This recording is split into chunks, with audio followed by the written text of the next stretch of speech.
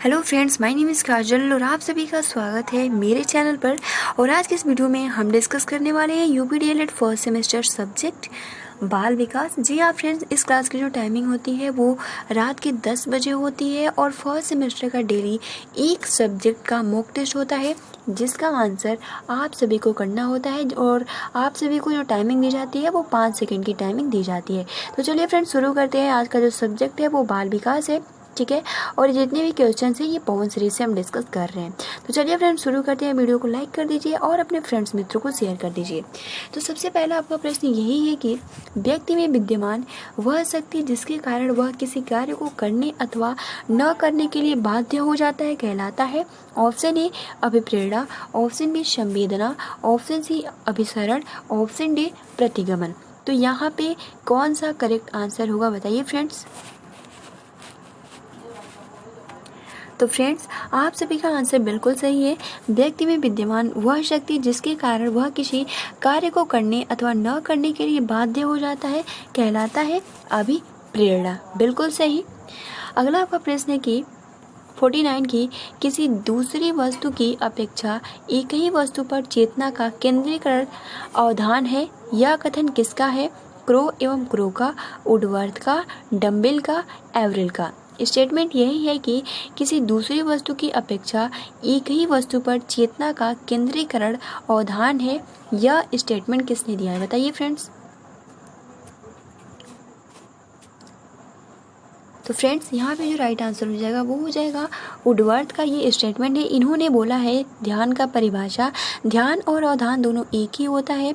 इन्होंने ध्यान का जो स्टेटमेंट दिया है वो यही दिया है कि किसी दूसरी वस्तु की अपेक्षा एक ही वस्तु पर चेतना का केंद्रीयकरण अवधान है, ठीक है। यह कथन वुडवर्थ का है। अगला आपका प्रश्न है कि अभिरुचि गुप्त अवधान है, अवधान अभिरुचि है। यह कथन किसका है? मैकडूगल का, ड्रेवर का, वुडवर्थ का, स्किनर का। तो फ्रेंड्स बताइए कि किसका स्टेटमेंट है कि अभिरुचि गुप्त अवधान है और अवधान अभिरुचि है। यह कथन किसका है बताइए फ्रेंड्स। बिल्कुल सही। यहाँ पे आप सभी का जो करेक्ट आंसर हो जाएगा वो हो जाएगा और अभिरुचि गुप्त अवधान है और अवधान अभिरुचि है। यह स्टेटमेंट जो है वो मैकडूगल का है। अगला आपका प्रश्न है कि विभिन्न तथ्यों के बीच किसी एक ही तथ्य पर मन को एकाग्र किए रहना कहलाता है अभ्यास, ध्यान लगाना, प्रतिभिज्ञा, प्रस्मरण। तो बताइए फ्रेंड्स यहाँ पे कौन सा करेक्ट आंसर होगा कि विभिन्न तथ्यों के बीच किसी एक ही तथ्य पर मन को एकाग्र किए रहना कहलाता है। क्या कहलाता है?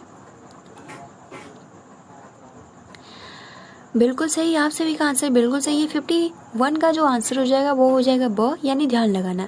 विभिन्न तथ्यों के बीच किसी एक ही तथ्य पर मन को एकाग्र किए रहना कहलाता है ध्यान लगाना। 52 आपका प्रश्न है कि ऐसी मानसिक प्रक्रिया जिसमें व्यक्ति पूर्व में धारण याद की गई सामग्री को पुनः स्मरण करने में असमर्थ होता है कहलाता है शमन, ऑप्शन बी दमन, ऑप्शन सी विस्मरण, ऑप्शन डी समंजन। बताइए फ्रेंड्स यहाँ पे कौन सा करेक्ट आंसर होगा।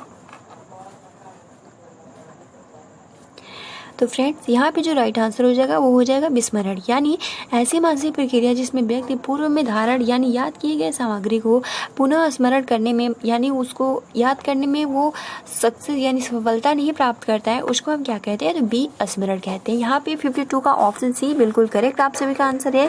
अगला आपका प्रश्न है कि किशोरावस्था को किस विद्वान ने उथल पुथल की अवस्था कहा है?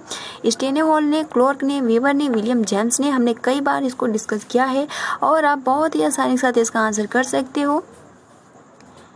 बिल्कुल सही। आप सभी का आंसर बिल्कुल सही है। यहाँ पे हो जाएगा स्टेनेहॉल, ठीक है। अगला आपका प्रश्न है कि आनुवांशिकता का वाहक होता है आरएनए, केंद्रक, जीन्स, सिरा। तो वहाँ आनुवांशिकता का वाहक होता है, बताइए फ्रेंड्स क्या होता है? आप सभी को आंसर करना है। तो फ्रेंड्स आनुवांशिकता का वाहक होता है, बिल्कुल सही। आप सभी का आंसर बिल्कुल सही है। 54 का ऑप्शन सी यानी जीन्स होता है। अगला आपका प्रश्न है कि निम्नलिखित में से कौन सा परीक्षण व्यक्तित्व का मापन करता है? भाटिया बैटरी परीक्षण, टीएटी, स्टेनफोर्ड बिने परीक्षण, कूडर प्राथमिकता प्रपत्र। तो हमने ये जितने भी प्रश्न आई थिंक कई बार इसको डिस्कस कर चुके हैं और अब बहुत ही आसानी के साथ इसका आंसर कर सकते हो, क्योंकि गाइस आपको ये जितने भी प्रश्न हैं बहुत ही ईजी लग रहे हैं। क्यों? क्योंकि आपने कई बार इसको रिपीट कर दिया है और आपको बहुत ही आसानी के साथ याद हो गया है, ठीक है। तो आपने देखा भी होगा कि अगर आप बार बार अभ्यास करते हो तो कोई भी वर्क बहुत ही इजी होता है। तो आप सभी को जितने भी क्वेश्चन है इजी भी लग रहे होंगे। तो फिलहाल आप सभी का आंसर बिल्कुल सही है। यहाँ पे हो जाएगा कि कौन सा परीक्षण व्यक्तित्व का मापन करता है, तो वो करता है TAT यानी 55 का हो जाएगा ऑप्शन नंबर बी।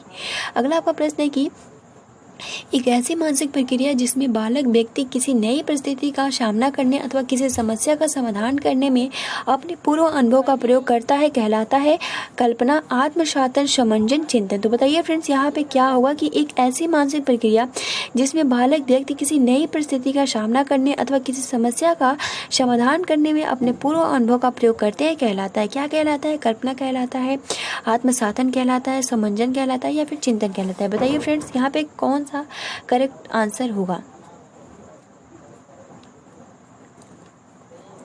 तो फ्रेंड्स आप सभी का आंसर बिल्कुल सही है। एक ऐसी मानसिक प्रक्रिया जिसमें बालक या व्यक्ति किसी नई परिस्थिति का सामना करने अथवा किसी समस्या का समाधान करने में अपने पूर्व अनुभव का प्रयोग करते हैं कहलाता है चिंतन। ठीक है, अगला आपका प्रश्न है कि वह मानवीय योग्यता जिसके द्वारा व्यक्ति किसी नवीन रचना या विचार को प्रस्तुत करता है कहलाता है सृजनात्मकता, प्रत्यक्षीकरण, प्रक्षेपण, उदात्तीकरण। तो फ्रेंड्स यहाँ पे बताइए कौन सा करेक्ट आंसर होगा कि वह मानवीय योग्यता जिसके द्वारा व्यक्ति किसी नवीन रचना या विचार को प्रस्तुत करता है कहलाता है, क्या कहलाता है? बताइए फ्रेंड्स। तो फ्रेंड्स आप सभी का आंसर बिल्कुल सही है। यहाँ पे हो जाएगा आपका ऑप्शन नंबर ए यानी सृजनात्मकता। अगला आपका प्रश्न है कि कोहलर ने अपने सीखने के सिद्धांत का प्रतिपादन किसके ऊपर प्रयोग किया था? बिल्ली पर, कुत्ता पर, बनमानुष पर, मनुष्य पे। तो बताइए फ्रेंड्स, कोहलर जो सूझ का सिद्धांत दिया था वो अपना प्रतिपादन मतलब किस पे अपना प्रयोग किया था? बताइए फ्रेंड्स 58 का आंसर क्या होगा? तो फ्रेंड्स कोहलर ने अपने बिल्कुल सही, आप सभी का आंसर बिल्कुल सही है। कोहलर ने अपने सीखने के सिद्धांत का प्रतिपादन जो किया था वो बनमानुष सुल्तान के ऊपर किया था। यहाँ पे आपका जो राइट आंसर हो जाएगा 58 का वो हो जाएगा 100। अगला आपका प्रश्न है कि अभ्यास और अनुभव के द्वारा व्यवहार में होने वाला परिवर्तन कहलाता है अवधान, अधिगम, प्रतिकार, प्रेरणा। तो अभ्यास और अनुभव के द्वारा व्यवहार में होने वाला परिवर्तन क्या कहलाता है? बताइए फ्रेंड्स। तो फ्रेंड्स आप सभी का आंसर बिल्कुल सही है। अभ्यास और अनुभव के द्वारा व्यवहार में होने वाला परिवर्तन कहलाता है वो कहलाता है, आप सभी का आंसर बिल्कुल करेक्ट है, अधिगम। अगला आपका प्रश्न है कि किसी विषय, कार्य अथवा परिस्थिति में अर्जित ज्ञान द्वारा अन्य किसी कार्य, विषय अथवा परिस्थिति में लाभ प्राप्त होना कहलाता है अल्पकालिक स्मृति, दीर्घकालिक स्मृति, अनुसारण, अधिगम, अंतरण। तो बताइए फ्रेंड्स यहाँ पे क्या होगा? बिल्कुल सही, यहाँ पे 60 का हो जाएगा ऑप्शन नंबर डी। अगला आपका प्रश्न है कि व्यक्ति में विद्यमान वह शक्ति जिसके कारण वह किसी कार्य को करने अथवा न करने के लिए बाध्य हो जाता है कहलाता है अभिप्रेरणा, संवेदना, अभिसरण, प्रतिगमन। तो हमने इसको शुरू में ही डिस्कस किया था। ठीक है, व्यक्ति में विद्यमान वह शक्ति जिसके कारण वो किसी कार्य को करने अथवा न करने के लिए बाध्य हो जाता है वो होता है अभिप्रेरणा। ठीक है, तो यहाँ 61 का जो आंसर हो जाएगा वो हो जाएगा और। अगला आपका 62 प्रश्न है कि ऐसी मानसिक प्रक्रिया जिसमें व्यक्ति पूर्व में धारण याद किए गए सामग्री को पुनः स्मरण, फिर आपका वही, ठीक है, आपका वही आ गया। तो फ्रेंड्स यहाँ पे हो जाएगा विस्मरण। क्वेश्चन रिपीट हो गया है, इसमें विभिन्न तथ्यों के बीच किसी एक ही तथ्य को मन को एकाग्र किए रहना है, क्या कहलाता है? ध्यान लगाना। अब देखिए यहाँ से अगला आपका प्रश्न है कि पदों के योग में पदों की संख्या से भाग देने पर जो प्राप्त होता है क्या कहलाता है? प्रसरण, माध्यिका, बहुलक, माध्य। तो बताइए फ्रेंड्स यहाँ पे 64 का आंसर क्या होगा? बिल्कुल सही, आप सभी का आंसर बिल्कुल सही है। पदों के योग में पदों की संख्या से भाग देने पर जो प्राप्त होता है उसे हम क्या कहते हैं? 64 का ऑप्शन नंबर डी यानी माध्य कहलाता है। अगला आपका 65 प्रश्न है कि वाटसन ने प्राथमिक संवेगों के सिद्धांत के अंतर्गत शिशुओं के भीतर जन्म से ही विद्यमान कितने संवेग को बताया है? तो बिल्कुल इजी है, आंसर भी आप सभी को शो हो रहा है। तो बिल्कुल सही है, भय, क्रोध, स्नेह यानी 3। अगला आपका प्रश्न है कि बाल विकास के अंतर्गत शैशवावस्था की आयु होती है ऑप्शन ए 1 से 4 वर्ष, ऑप्शन बी जन्म से 5 वर्ष, ऑप्शन सी 3 से 4 से 1/2 वर्ष यानी 4.5, ऑप्शन डी 2 से 3 वर्ष। तो बाल विकास के अंतर्गत शैशवावस्था की आयु कितनी होती है ये आप सभी को आंसर करना है। तो बताइए फ्रेंड्स यहाँ पे करेक्ट आंसर कौन सा होगा?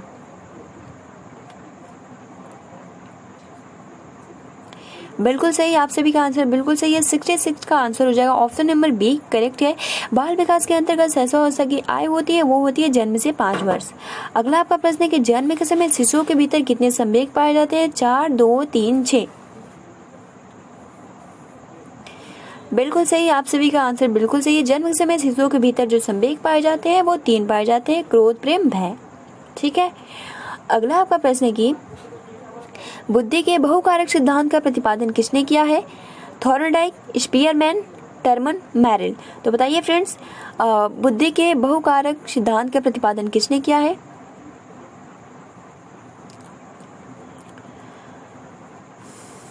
बिल्कुल सही, आप सभी का आंसर जो हो जाएगा बुद्धि के बहुकारक सिद्धांत का प्रतिपादन क्या है वो क्या है? थॉर्नडाइक ने। और स्पीयरमैन ने किसका किया है? आप इसका कमेंट्स बॉक्स में इसका आंसर बताइए। अगला आपका प्रश्न है 69 की बालक में संज्ञानात्मक विकास के अंतर्गत जीन पियाजे ने कितने प्रक्रियाओं का वर्णन किया है? 5, 3, 4, 2। तो बताइए फ्रेंड्स 69 का आंसर क्या होगा?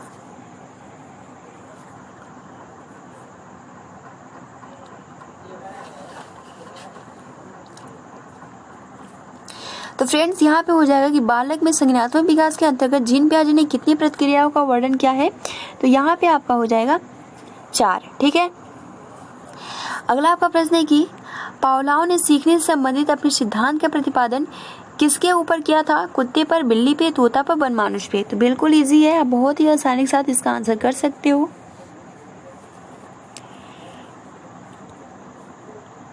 आप सभी का आंसर बिल्कुल सही है। ठीक है, पावलोव ने सीखने से, कहीं पैलोव होता है, पावलोव होता है, कहीं पावलोव होता है, तो आप इसमें कंफ्यूज ना होइए। ठीक है, यहाँ सिंपल पावलोव। तो पावलोव ने सीखने से संबंधित अपने सिद्धांत का प्रतिपादन किसके ऊपर या प्रयोग किया था? तो वो आपका कुत्ते के ऊपर किया था। यहाँ 70 का ऑप्शन हो जाएगा यानी कुत्ते पर। अगला आपका प्रश्न है 71 की थॉर्नडाइक ने अपने सीखने के सिद्धांत के अंतर्गत कितने नियमों की चर्चा की है? 4, 2, 3, 5। बताइए फ्रेंड्स, यहाँ पर करेक्ट आंसर कौन सा होगा? तो फ्रेंड्स आप सभी का आंसर बिल्कुल सही है। थॉर्नडाइक ने अपने सीखने के सिद्धांत के अंतर्गत जो नियमों की चर्चा की है वो की है 3, तत्परता का सिद्धांत, अभ्यास का सिद्धांत और एक है आपका प्रभाव का शायद सिद्धांत। ठीक है, अगला आपका प्रश्न है कि निम्नलिखित में से कौन सा अर्जित अभिप्रेरणा के अंतर्गत आता है? अगला आपका प्रश्न है कि निम्नलिखित में से कौन सा अर्जित अभिप्रेरणा के अंतर्गत आता है? प्यास, भूख, निद्रा, प्रतिष्ठा। तो कौन सा अर्जित किया जाता है ये आप सभी को बताना है। तो बताइए फ्रेंड्स। तो फ्रेंड्स आप सभी का आंसर बिल्कुल सही है, क्योंकि प्यास, भूख, निद्रा इसको अर्जित नहीं किया जाता है, ये आपका जन्मजात मूल प्रवृत्ति होता है। ठीक है, यहाँ पे आपका जो आंसर हो जाएगा वो हो जाएगा प्रतिष्ठा, यानी आपका जो यहाँ पे हो जाएगा निम्नलिखित में से जो प्रतिष्ठा है इसको अर्जित अभिप्रेरणा के अंतर्गत आता है, यानी 72 का ऑप्शन डी हो जाएगा। अगला आपका प्रश्न की सीखी गई सामग्री को पुनः स्मरण रखने की असफलता कहलाती है? विस्मरण, प्रतिविज्ञा, प्रत्याहान, आत्मशातन। आई थिंक हमने कई बार इसको डिस्कस कर लिया है और आप बहुत ही आसानी के साथ इसका आंसर कर सकते हो। वो होगा विस्मरण, यानी 73 का ऑप्शन हो जाएगा। ठीक है, आपका जो पवन सीरीज है इसमें एक ही क्वेश्चन जो है बहुत ही कई बार रिपीट किया है, बट कोई नहीं। अगला आपका प्रश्न है कि किसी अवर्गीकृत पदार्थ में सबसे अधिक बार आने वाली संख्या कहलाता है? माध्य, बहुलक, माध्यिका, ओजा, शव। तो किसी अवर्गीकृत पदार्थ में सबसे अधिक बार आने वाली संख्या क्या कहलाती है? बताइए फ्रेंड्स 24 का आंसर क्या होगा?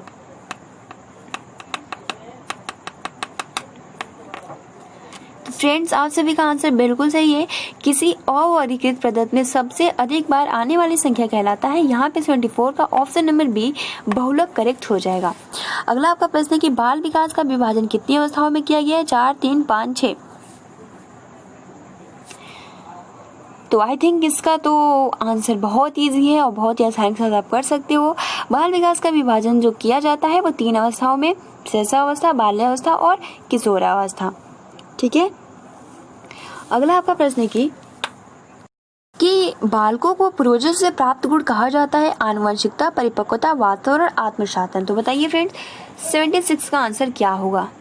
बालकों को पूर्वजों से प्राप्त गुण को क्या कहा जाता है, ये आप सभी को आंसर करना है।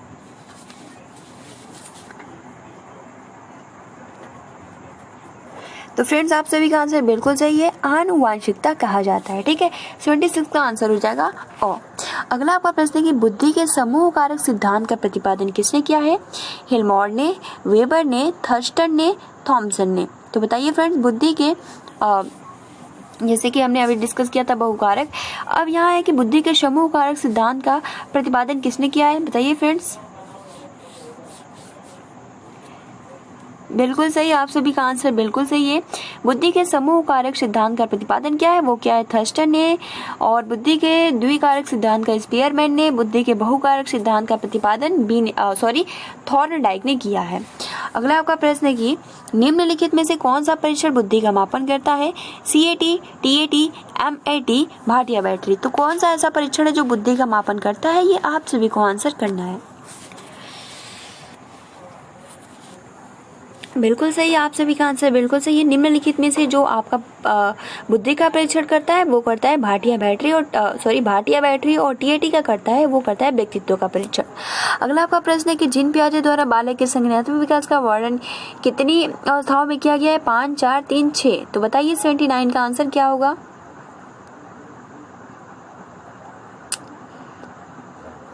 बिल्कुल सही, आप सभी का आंसर बिल्कुल सही है। जिन पियाजे द्वारा बालक के संज्ञानात्मक विकास का वर्णन किया गया है वो है 4। ठीक है, अगला आपका प्रश्न है कि वह मानवीय जिसके आधार पर वह किसी नवीन रचना या विचार को प्रस्तुत करता है कहलाती है अभिसरण, कल्पना, सृजनात्मकता, तर्क। बताइए फ्रेंड्स, 80 का आंसर क्या होगा? जस्ट अभी हमने डिस्कस किया, इसका आंसर आप बहुत ही आसानी के साथ कर सकते हो।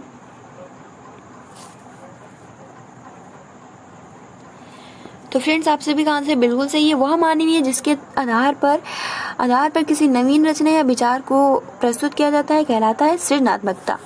अगला आपका 81 प्रश्न है कि व्यक्तित्व का संपूर्ण व्यवहार प्रतिमान जो उसकी समस्त विशेषताओं के योग को व्यक्त करता है कहलाता है व्यक्तित्व, रुचि, प्रेरणा, कल्पना।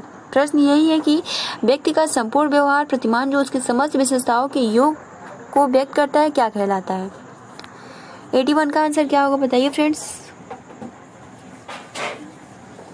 बिल्कुल सही, यहाँ पे हो जाएगा व्यक्तित्व। ठीक है, अगला आपका प्रश्न है कि TAT व्यक्तित्व परीक्षण का निर्माण किसने किया था? सीकोड एवं बैकमैन ने, थर्स्टन ने, हर्मन रोसार्क ने, मरे एवं मार्गन ने। ये भी हमने प्रश्न डिस्कस किए थे। बताइए फ्रेंड्स, TAT जो व्यक्तित्व का परीक्षण करता है इसका निर्माण किसने किया था? थर्स्टन ने किया था, सीकोड ने किया था, हर्मन रोसार्क ने किया था या मरे एवं मॉर्गन ने किया था? बिल्कुल सही, आप सभी का आंसर बिल्कुल सही है। TAT व्यक्तित्व परीक्षण का निर्माण किया था वो किया था मरे एवं मॉर्गन ने। अगला आपका प्रश्न है कि 83 की अनुभव एवं प्रशिक्षण के कारण व्यवहार में होने वाला परिवर्तन कहलाता है प्रेरणा, प्रत्यक्षीकरण, अधिगम, संवेदना। यानी अनुभव एवं प्रशिक्षण के कारण व्यवहार में होने वाला परिवर्तन क्या कहलाता है?